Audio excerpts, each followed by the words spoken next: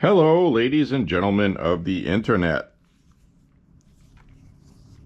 What the hell do we have here? This is a Phoenix Arms HP22A 22 caliber semi-automatic pistola. This looks eerily familiar to the Jennings J22, but this one supposedly has better shooting results, because that one is notoriously awful. Even though the person that owned that company actually manufactured this one, who used to own Phoenix Arms, who I saw someone online say that Phoenix Arms was out of business, but they are not. So they must have been acquired by somebody. I don't have all the details on that. It might still be the same company. You hear a lot of things on the internet. But this is a Phoenix Arms. Closely resembles, sort of, a Walther. But this is different. It's kind of a unique pistol. There will be a shooting video at the end of this, so please tune into that. So when you get the box, you get a box. This is just an empty box. I took the liberty of emptying its contents to show you what's in it. You get a copy of the federal law, which you don't want to violate because the ATF will break your door in and shoot you in the face, apparently. So you get all these different sections and USC violations listed here, the laws and rules. We have an owner's manual, which is really good, especially the portion pertaining to disassembly, which we will actually do in this video, believe it or not. This is a quite the puzzle to disassemble. I had a little bit of problem doing it. It wasn't really too bad though. Once you understood that you're not doing it in the traditional way that you normally would take down a pistol for a field strip. And of course you also get a beautiful padlock. So if there's somebody you want to commemorate somewhere on a chain link fence with a whole bunch of other padlocks, you might want to take some nail polish or paint or something and write on here somebody you care about that either passed away or somebody you love. And you can go hang that on a fence somewhere for eternity. Or you could use it with your pistol. Just saying. So anyway, this pistol holds 10 rounds. It's got some unique, it's a double safety. You have your traditional safety here, and then you have another safety here. And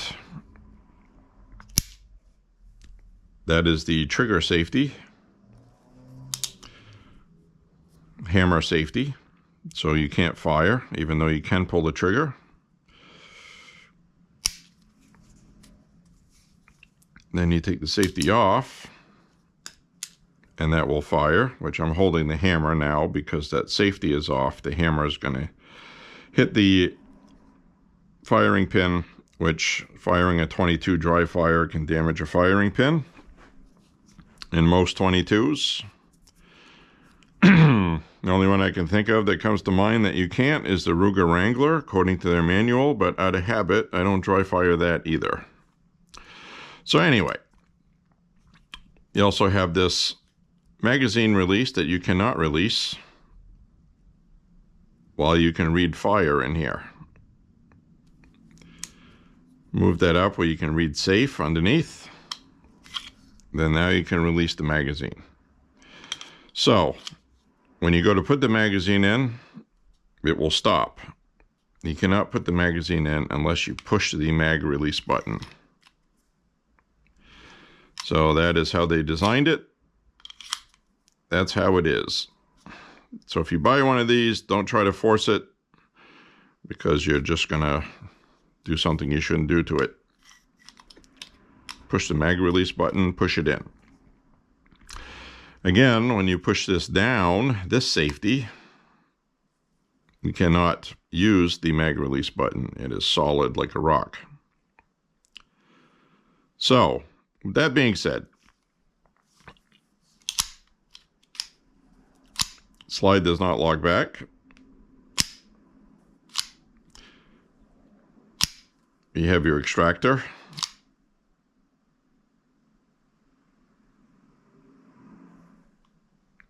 The barrel itself and the feed ramp are incorporated together, which I will show you when we disassemble. So it has a very, I have the safety on, so I can pull the trigger without damaging the firing pin. So I will do a quick little passerby. Phoenix Arms, Ontario, California. And I'm surprised, that it's made in California because of their obvious strict gun laws and their taxes and cost to operate and things like that. And you can get these for $130 to $170, depending on where you buy them. So they're very affordable, even at California expense. The other thing with these is this is a very heavy pistol. It is, I'm not sure what all the material is, die cast, zinc, pot metal, I have no idea, but I do know that it is made extremely well. So it's very solid and very heavy in your hand, and that is good. All good things. So with that, the trigger pull is surprisingly awesome.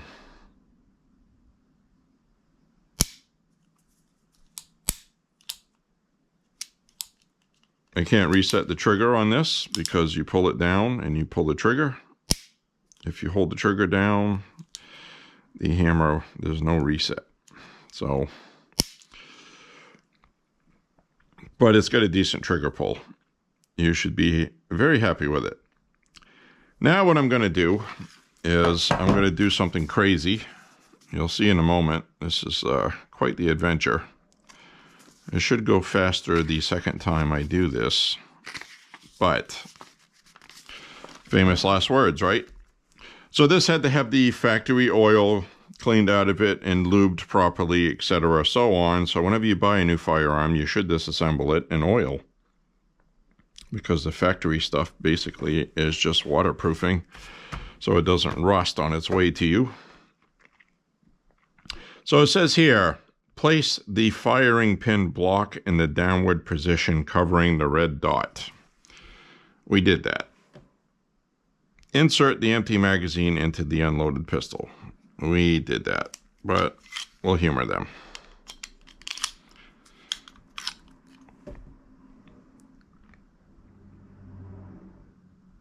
With the magazine interlock safety to the fire position, cock hammer.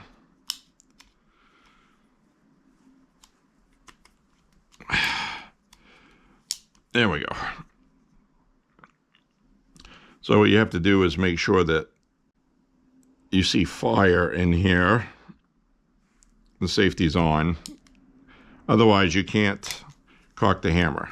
See, I'll put that back on where it says safe. You can't cock the hammer. It's an extra safety. That's just what they did. So here comes the hard part. And I'm actually going to put my gloves on for this, just for this part, because you have this metal tab here. It's on each side. You have to pull that forward, and that's really the thing. And then you lift the barrel up. It is not an easy thing to do. And for obvious reasons, you want to make sure this is unloaded before you do this. Double and triple check it, because there we go. So once you get that up, you can tilt the barrel up like this. It'll come right out. That's all one piece. which is the other feature to this. You can actually get the 6-inch barrel. I believe it's 6 or 5, but it's a longer competition shooting barrel, sold separately. Sometimes these kits will come with one, so I should point that out. And we do have an extended magazine on the way because, as you can see, this one with your pinky on it hangs off the bottom. So the extended magazine has a little hook down here you can put your pinky on. So we do have one of those on the way. So anyway, once you pull that out, you can see the recoil spring in there. That's how that works. Basically, the bottom of the slide holds that spring in there like this. Pretty simple design. You don't have to hook the spring on anything, so you want to be careful not to bend your recoil spring because that does affect your recoil spring. You don't want any kinks or any bends. In fact, that's when you can tell you need to replace your recoil spring. Usually you'll see a bend or a kink in it after you start having malfunction problems. So anyway, so this will slide forward, and you can take this right off. It has a little rounded half moon pivot in here, so when you get to a certain point, you pivot it up, comes off. So here's your slide for cleaning, firing pin. Here is your guide, very short guide rod. It's a little nub. There's your recoil spring right here. Comes off. Then here is your takedown lever. Comes out like this. And that should be about all you need to do cleaning. There's your guide rail here, your rails. These two nubs go inside the slide, so you want to clean your slide grooves in there, notches and all the gizmos. Pretty straightforward. Now putting this together is going to be a little bit of a trick. I'm going to take my glove off for that. I only need it for pulling on this thing. So, according to the manual, we'll skip ahead here. Assembly. Remove all ammunition from work area, because bullets jump in the guns by themselves. You don't want that to happen. Install the takedown lever into the frame. Right here. That goes right inside. I don't know if you can see that. Hope so. You see that under there? That little piece of metal has 2 holes in there. So there's a lot of reviews on this pistol online, so that's why I'm doing the disassembly and reassembly, hopefully in good detail without forgetting anything and doing everything properly. And it's in 4K so people can see what the hell's going on. So we have that in place. Now, we take at the top part.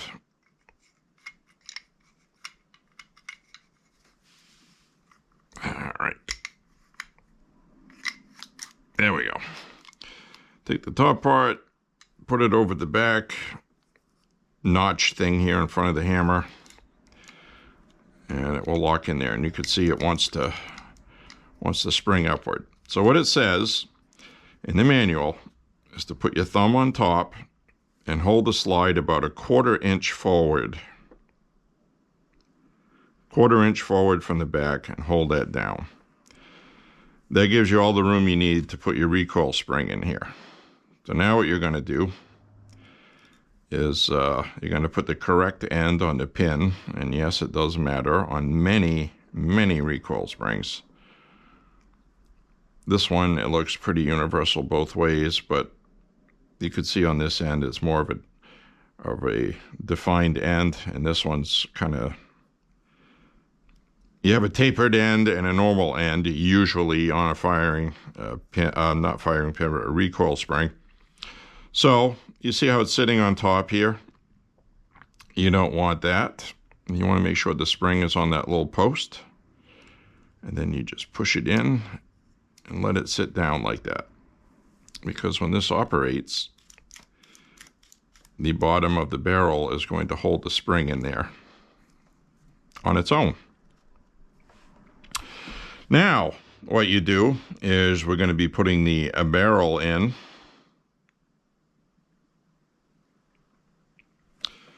And basically, that just goes down into this hole here, down here, at the end of my finger. This piece right here goes down in there, and you will actually feel it snap in there. And then you will feel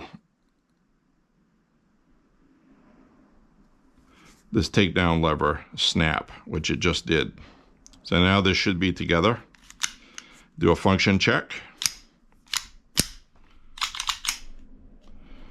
We will take this off here so I can pull the trigger. Oh, wait a minute. Okay. There we go. You got to remember that second safety. If that is on, you can't even rack it. You can't do anything. So that's actually a good idea if somebody feels comfortable with that. Personally, I wouldn't, because the safety that's on here is really stiff. I'm sure that'll break in over time. It's already starting to loosen up a little. But that's just the way that is.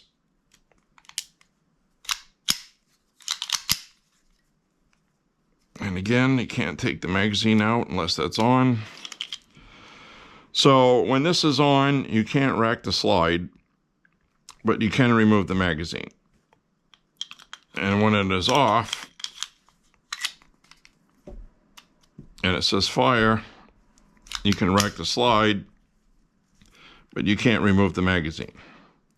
So it's kind of a backwards kind of safety, secondary, but basically that's that. All right, the sight picture. The sight picture on this is very good. Very easy to see.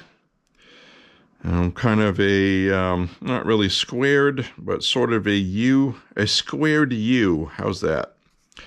And the front sight drops right into that. It is adjustable with a screwdriver. If your grouping is to one side or the other, you can adjust the windage. And I noticed on this pistol, it is pretty far to the right. So I don't know if it was adjusted that way at the factory, but that is pretty far off to the right. So we're definitely going to be double checking that at the range to make sure. So, fixed front sight. It has different notches in the front sight, which is kind of cool because it gives you something to grab. It's kind of like saw teeth almost. And also has these grooves on the top here to cut any glare off there. So the extractor here, I am assuming, because I don't have any ammo in it yet, but I'm assuming what that's for is you rack around and that will be sticking over the rim of the casing when it's chambered. So that would actually, you'd probably be able to tell there's a round in there by looking at that. Kind of like a round indicator. But anyway, and I just fired it with the safety off. You got all these safeties going on. I thought it was on, and I just pulled the trigger, which is not good for the firing pin. With the safety on, it's okay. So, this is the pistol. Stay tuned for the end of this video. We will have a pretty good shooting video with it.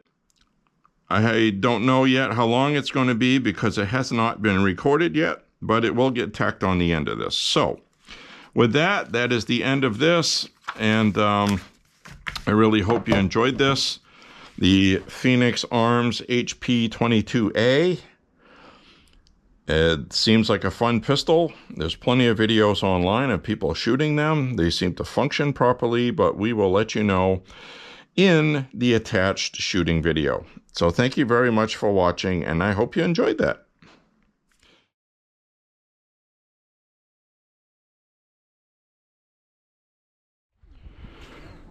We are going to take the Phoenix Arms HP22A 22 caliber. Now, shooting it today, we had a bucket of bullets, which is the bulk ammo. Mixed results as far as running, because the bulk ammo was not very consistent or good, and Remington should be ashamed for selling it. But we get some Agia extra saucy. Got the extended round magazine in here. Now that's on safe. Put that on fire. Take the safety off. It's a good shooter with this ammo.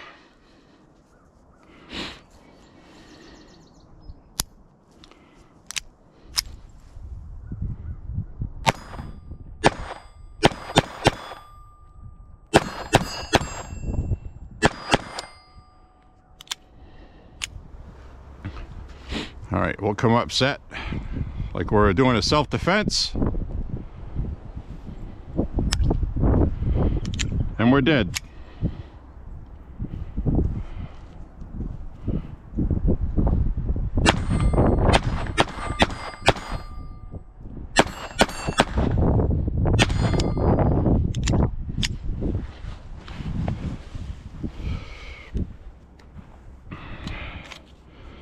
So we did have a round. That's the thing with 22s. If I was just using this for self-defense, we would have had a dud. That was a really good hammer strike. The round just did not fire. So we're going to load it in here again just to get rid of it.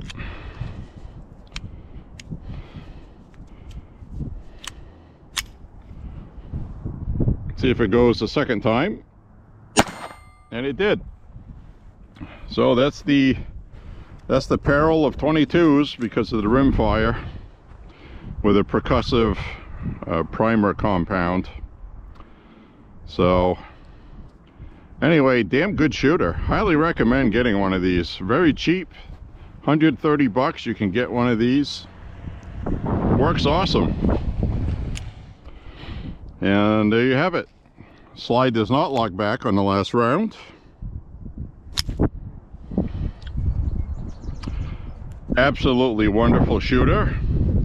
But again, if you use cheap bulk ammo, you're probably not going to have the best results with this, but you might find some that actually runs this. But as you know, if you shoot 22s, cheap bulk ammo, every other one you'll get one that kind of goes poof, doesn't kick the slide back hard enough, failure to pick up a round, you'll get a stovepipe, and a lot of people inexperienced will think it's the gun, and it's not.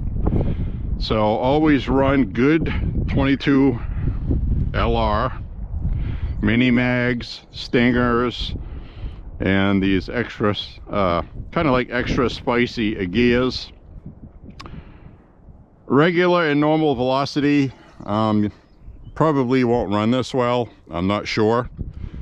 But a lot of these owner's manuals will tell you what runs good and what doesn't. Like the GSG-16 in the review we have on here, it says 1,260 or greater feet per second. And of course, that always comes down to how reliable the ammo is round to round. So buy something good and you'll be happy. This runs like a top. Hope you enjoyed that shooting video. Thank you for watching.